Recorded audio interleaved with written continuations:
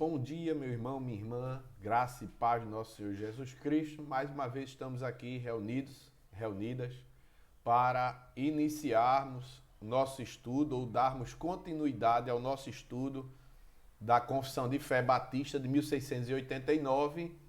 Hoje estaremos tratando sobre a temática do livre-arbítrio, né? É o capítulo 9 da nossa Confissão de Fé. E desde já quero dizer que você pode baixar essa Confissão de Fé no Google, né? Você tem lá disponível em PDF, tanto com os textos bíblicos em referência, como com os textos bíblicos já expressos, né? Na própria confissão, tá joia? Então vamos dar início. Semana passada nós concluímos a lição de O Cristo Mediador, foi uma lição dividida em 3 partes e hoje nós falaremos sobre o livre-arbítrio. Então vou começar aqui passando os slides. Então o primeiro ponto dessa lição de hoje fala que Deus dotou o homem com a liberdade e o poder natural de agir por escolha, sem ser forçada ou predeterminada por alguma necessidade natural para fazer o bem ou o mal. Obviamente, esse primeiro ponto aqui da lição, ele está abordando na perspectiva do homem ou da mulher, né? Embora tenha homem aqui, numa visão de representante, né? Porque a palavra Adam, de Adão, não é apenas o nome próprio de Adão, mas ela também significa esse representante, esse ancestral da humanidade, né? Então, por isso que tem homem, mas significa que Deus dotou tanto Adão como Eva com liberdade e poder natural de agir por escolha, né? Ainda que houvesse a lei divina, o mandamento divino para comer de toda a árvore do jardim, exceto da árvore do bem e do mal, porque se dela comerem, certamente morreriam, eles tinham a liberdade para viver, para fazer suas escolhas, suas atividades, né? E não havia nada que forçasse Adão e Eva ou predeterminasse alguma ação deles ali no jardim, né? Alguma necessidade natural. Então eles podiam fazer, eles eram livres para fazer, para escolher fazer e para desfazer qualquer coisa, né? E aí nós temos aqui as referências bíblicas que vão nos conduzir exatamente nessa direção. Mateus capítulo 17, verso 12 diz: Eu, porém, vos declaro que Elias já veio e não reconheceram. Antes fizeram com ele tudo quanto quiseram. Assim também o Filho do Homem há de perecer nas mãos deles. E olhem que, embora que eu tenha iniciado a nossa abordagem falando sobre a perspectiva de Adão e Eva, isso também perpassa para os nossos dias, com uma pequena, grande diferença, que é a questão da escravidão ao pecado, né? Com a escravidão ao pecado, nós nos tornamos seres inclinados ao pecado, desejosos do pecado, e aí, de certa forma, a nossa vontade é condicionada, e acredito que é o slide número 3 que vai trazer essa temática com mais clareza e profundidade. Tiago, capítulo 1, verso 14, diz: Ao contrário, cada um é tentado pela sua própria cobiça, quando esta o atrai e o seduz, né? A ênfase aqui está no fato de que as nossas tentações, elas não são oriundas de Deus, ou de coisas externas a nós que nos coagisse a agir. Tiago está falando, é claro que as tentações, elas também vêm de fora para dentro, ou seja, nós também somos tentados por coisas externas a nós, né? Mas Tiago está dizendo que o agir pecaminoso é fruto das nossas próprias cobiças, ou seja, não é o fato de que coisas ou pessoas nos ofertem possibilidades de pecar que nós necessariamente pecaremos. Não. Nós pecamos porque há algo interno em nós que nos aguça a experimentar tal ato pecaminoso. Então, Tiago está mostrando exatamente essa perspectiva, né? Deuteronômio capítulo 30, verso 19, diz: os céus e a terra tomo hoje por testemunha contra ti, que te propus a vida e a morte, a bênção e a maldição. Escolhe, pois, a vida para que vivas, tu e a tua descendência. Então, Deuteronômio aqui está mostrando que Deus propôs ao seu povo, na saída do Egito, né, no Êxodo, propôs ao povo tanto a obediência quanto propôs ao povo essa possibilidade de obedecer ou desobedecer, né? E aqui, mais uma vez, a gente tem no pós-queda essa declaração de que o homem não é forçado nem para o bem, nem forçado para o mal. Ele é que escolhe tanto um quanto o outro, né? Aqui nós poderíamos trabalhar o que William Grude, da teologia sistemática, o pastor, teólogo, filósofo William Grude, ele trabalha na perspectiva da liberdade de escolha. Nós temos liberdade de escolha e nossas escolhas são reais. Ou seja, nós escolhemos o que fazer e o que não fazer, e essas escolhas reais geram resultados reais, tanto terrenos quanto eternos.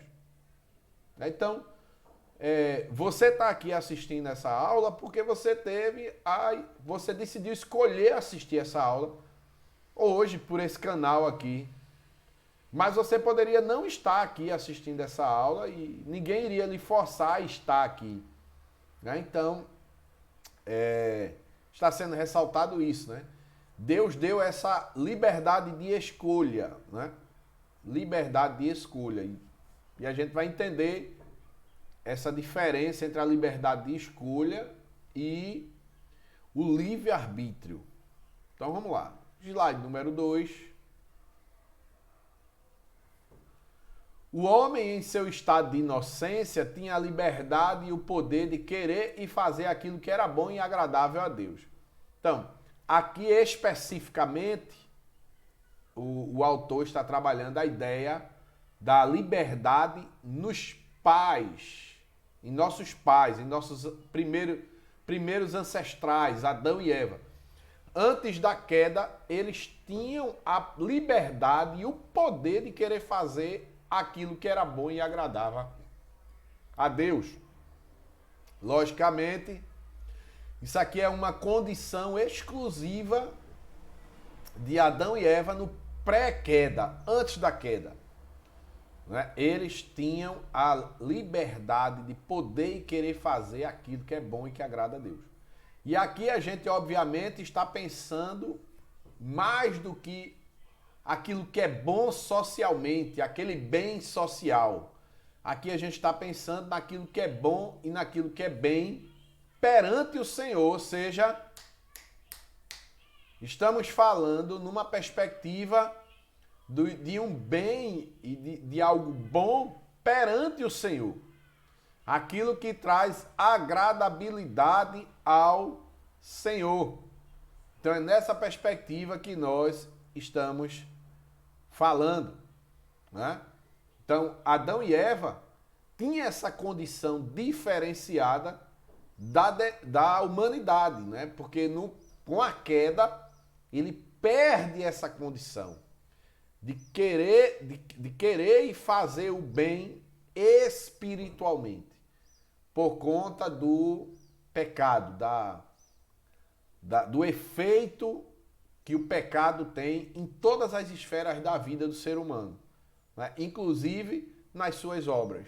O pecado mancha as nossas obras de forma que Isaías vai falar que as nossas obras são as nossas melhores obras são como trapos de imundícia, né? E aqui nós temos a citação de Eclesiastes, capítulo 7, verso 29, que diz: Eis o que tão somente achei, que Deus fez o homem reto, mas ele se meteu em muitas astúcias, né? Ou seja, Deus fez o homem com essa capacidade de querer e fazer o que é bom e aquilo que é um bem diante de Deus. Mas por cair na sedução da serpente, mas através da opção pessoal de comer do fruto proibido por Deus, eles decaíram desse estado de inocência e decaíram desse estado de liberdade e de poder com relação àquilo que é bom e aquele bem diante de Deus, né? Então foi isso que mudou na condição, e a partir daí todos se tornaram escravos do pecado, né?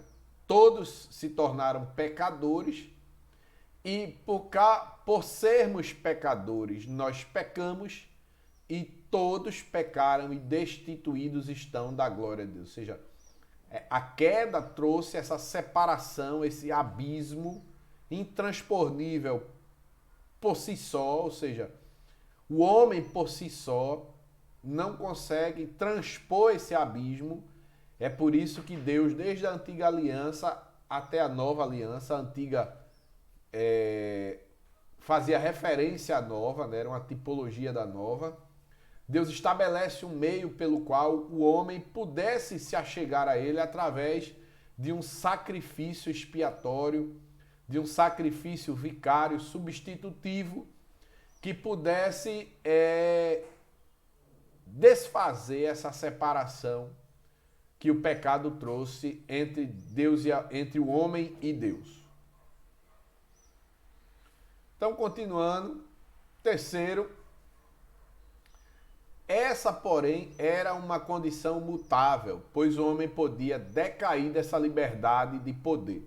Está falando com relação a essa condição, esse estado de querer e de poder fazer o bom, algo bom ou o bem espiritualmente diante de Deus. E Gênesis capítulo 3, verso 6 diz: vendo a mulher que a árvore era boa para se comer, agradável aos olhos, e árvore desejável para dar entendimento, tomou-lhe do fruto e comeu, e deu também ao marido, e ele comeu. Então aqui é o momento em que o pecado entra. O que sucede disso aqui é que os dois começaram a se enxergar de uma forma que não se enxergavam antes. Eles viram que estavam nus. Além de ver que estavam nus, tiveram vergonha e medo, né? Vergonha da nudez e medo de Deus, se esconderam, cozeram folhas de figueira e se vestiram. E isso demonstra os efeitos do pecado com relação à nossa postura diante de Deus, né? O pecado faz com que, diante de Deus, diante do santo, nós tenhamos vergonha dele, nós tenhamos medo dele, porque nós temos a consciência de que erramos, nós temos a consciência de que transgredimos a sua lei, e por isso nós queremos a todo custo ou nos afastar dele ou afastar ele de nós, né? Ou, quem sabe ainda, negar a sua existência a todo custo, fazendo uso da razão para elaborar teorias que provem ou comprovem que Deus não existe. Deus é coisa da psique humana, da mente humana, que cria cria um reflexo seu nas divindades, cria divindades a partir de um reflexo seu, a partir de uma imaginação sua, para lançar sobre ela as suas faltas, as suas falhas, e ter de alguma forma isso pago ou aplacado por meio de alguma ação humana. Então, isso é o que é dito, sempre foi dito e continua sendo dito ainda hoje. É o homem tentando fugir de Deus a todo custo. Quarto lugar, com a queda no pecado, o homem perdeu completamente toda a sua habilidade evolutiva para aquele bem espiritual que acompanha a salvação. Aquilo que eu vinha falando já. Com a queda, essa possibilidade de querer e fazer algo bom e o bem espiritual diante de Deus, ele é anulada, essa possibilidade é anulada, porque já não há mais comunhão entre o homem e Deus. O pecado trouxe inimizade, impiedade, transgressão, né, ao homem, fraqueza, e aí o homem não consegue mais se manter nessa relação de querer fazer o bem ou algo bom diante de Deus. Romanos capítulo 8, o apóstolo Paulo apresenta isso com muita propriedade. Romanos capítulo 8, verso 7. Por isso o pendor da carne é inimizade contra Deus, pois não está sujeito à lei de Deus, nem mesmo pode estar.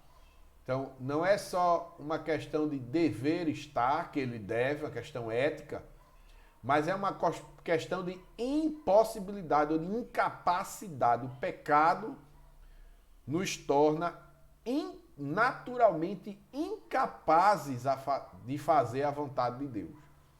Romanos 5,6 diz: porque Cristo, quando nós ainda éramos fracos, morreu ao seu tempo pelos ímpios. Né? Então, Cristo morre justamente para expiar o pecado dos ímpios, porque ele assume o lugar dos ímpios no banco do réu, na cadeira do réu ou na cruz do réu, recebendo sobre si a punição da nossa dívida. Né? E a punição da nossa dívida seria a morte física, que nós já bebemos dela, a morte espiritual e a morte eterna. Assim como o recebimento da ira de Deus, do juízo de Deus. Então, Cristo assume sobre si essa condição. Isaías capítulo 53 descreve muito bem esse papel de substituto, né, que Cristo assume, e justamente para compensar diante de Deus esse estado que nós fomos colocados por meio da nossa queda. Quinto lugar, por isso o homem natural é inteiramente adverso a esse bem e está morto em seus pecados. Né? Ou seja, o morto não consegue enxergar a vida. Efésios capítulo 2, versículos de 1 a 5, versículo 1 e o 5, mas poderíamos ler de 1 a 5 também. Diz: ele vos deu vida, estando vós mortos nos vossos delitos e pecados, e o verso 5, e estando nós mortos em nossos delitos, nos deu vida juntamente com Jesus Cristo, pela graça sois salvos. No meio disso aqui, ele vai dizer que nós somos filhos da ira, filhos da desobediência, que andamos segundo o curso deste mundo, segundo o príncipe da potestade do ar, que atua nos filhos da desobediência. Então, ele vai mostrar de forma bem geral, ou de forma bem completa, a condição de todo homem e de toda mulher sem Cristo diante de Cristo. Não é? Que é um estado de perdição em face do nosso pecado. Então é isso que ele vai mostrar, trabalhando os efeitos aí desse pecado em nossa vida. Sexto lugar, esse homem, essa mulher, não é capaz de se converter por seu próprio esforço e nem mesmo se dispor a isso. Porque, veja, para que nós tivéssemos uma vida reconciliada com Cristo, sem depender de Cristo, nós precisaríamos cumprir toda a lei de Deus. E como nós não conseguimos cumprir toda a lei de Deus, justamente por causa dos efeitos desse pecado, então, nós não conseguimos por si só chegar até Deus. A única forma de chegar até Deus ou é cumprindo toda a lei de Deus, ou é por meio de alguém que cumpriu toda a lei de Deus. como nós não temos condição de cumprir toda a lei de Deus, a única forma de salvação para nós, então, é através da substituição por meio de um varão que cumpra, satisfaça toda a lei de Deus, né? E é exatamente isso que Jesus faz em nosso lugar. Ele satisfaz toda a lei de Deus. Então, por isso que nós só temos esses dois meios para chegar a Deus, ou cumprindo, ou dependendo de alguém que cumpra toda a lei de Deus. Como nós não temos condições de cumprir, nós necessitamos de alguém que realize essa obra para nós. Tito 3, do 3 ao 5 e João 6, 44, começando por João, diz: ninguém pode vir a mim se o Pai que me enviou não trouxer, e eu ressuscitarei no último dia. E Tito 3, do 3 ao 5, pois nós também outrora éramos nécios, desobedientes, desgarrados, escravos de toda sorte de paixões e prazeres, vivendo em malícia e inveja, odiosos e odiando-nos uns aos outros. Quando, porém, se manifestou a benignidade de Deus, nosso Salvador, e o seu amor para com os homens, não por obras de justiça praticadas por nós, mas segundo sua misericórdia, ele nos salvou mediante o lavar regenerador e renovador do Espírito Santo. Então, mostrando também aqui que a salvação, ela é monergista, ou seja, ela não é operada através de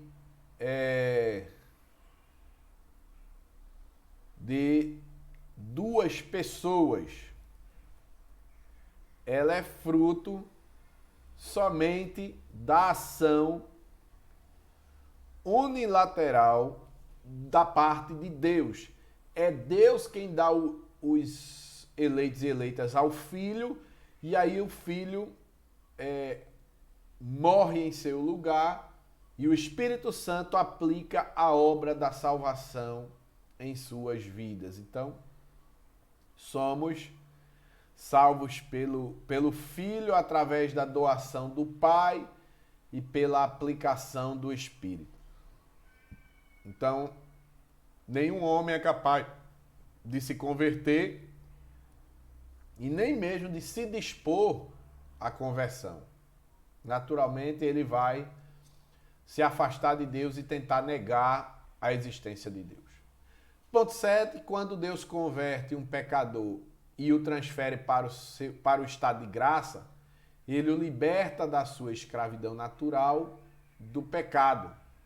Ou seja, nós nos tornamos filhos de Deus e temos a nossa relação restaurada com Ele, porque quando Cristo, por meio da doação do Pai e a operação do Espírito, converte um pecador, esse pecador é arrancado, né? Esse texto de Colossenses, capítulo 1, verso 13, ele nos libertou do império das trevas e nos transportou para o reino do Filho do seu amor. É a ideia literal de que ele nos arranca de um solo e nos enxerta em outro solo.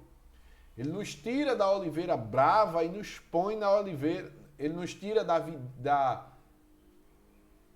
videira brava e nos põe numa videira verdadeira, né? É um trabalho de transposição. Por isso que nós,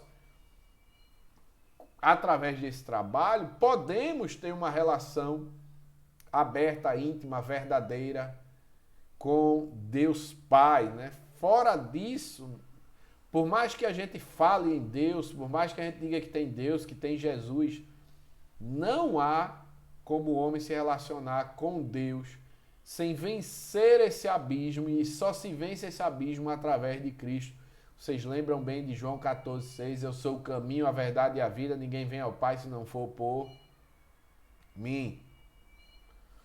8ª lição, e somente pela graça o habilita a livremente querer e fazer aquilo que é espiritualmente bom. Ou seja, é a graça de Deus que nos salva, mas também é a graça de Deus que nos capacita a cumprir os seus desígnios, a cumprir a sua vontade, a cumprir a sua lei, a querer fazer o bem ou coisas boas espiritualmente, não apenas socialmente.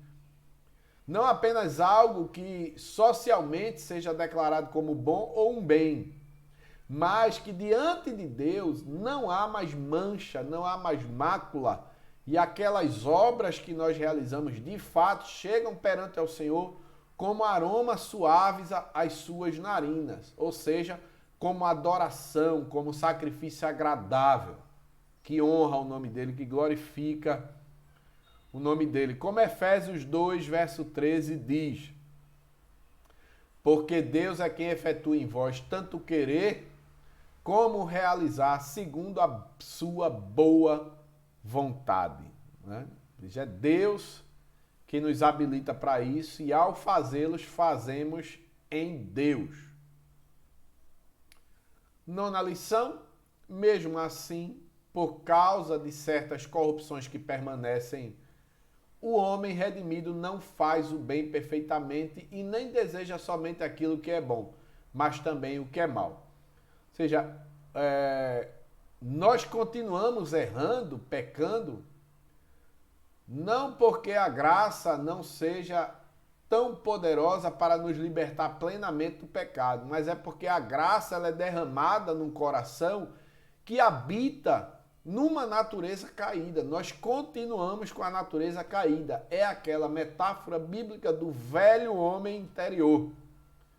Não é? O velho homem continua lá. O nosso trabalho, por meio da graça, agora habilitados por ela, é mortificar o velho para que estejamos vivificados no novo. Mas o velho continua lá, gente. A corrupção continua lá.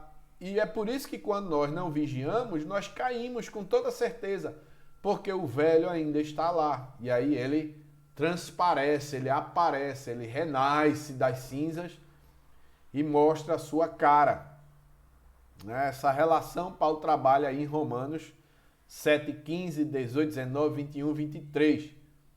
Porque nem mesmo compreendendo meu próprio modo de agir, pois não faço o que prefiro e sim o que detesto.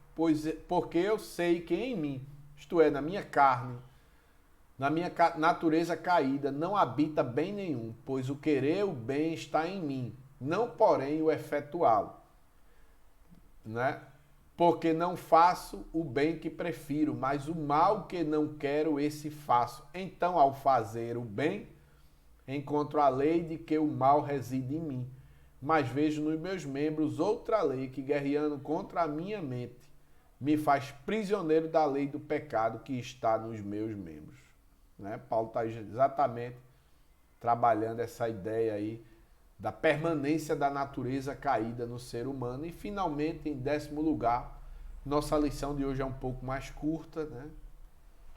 Em 10º lugar, somente no estado de glória a vontade do homem será transformada perfeita e imutavelmente.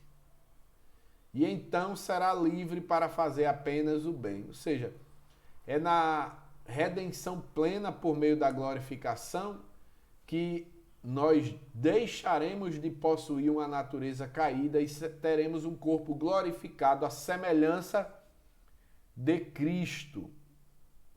Efésios 4:13, até que todos cheguemos à unidade da fé e do pleno conhecimento do Filho de Deus, a perfeita varonilidade, à medida da estatura da plenitude de Cristo. Ou seja, quando Cristo nos glorificar, nós seremos perfeitos novamente.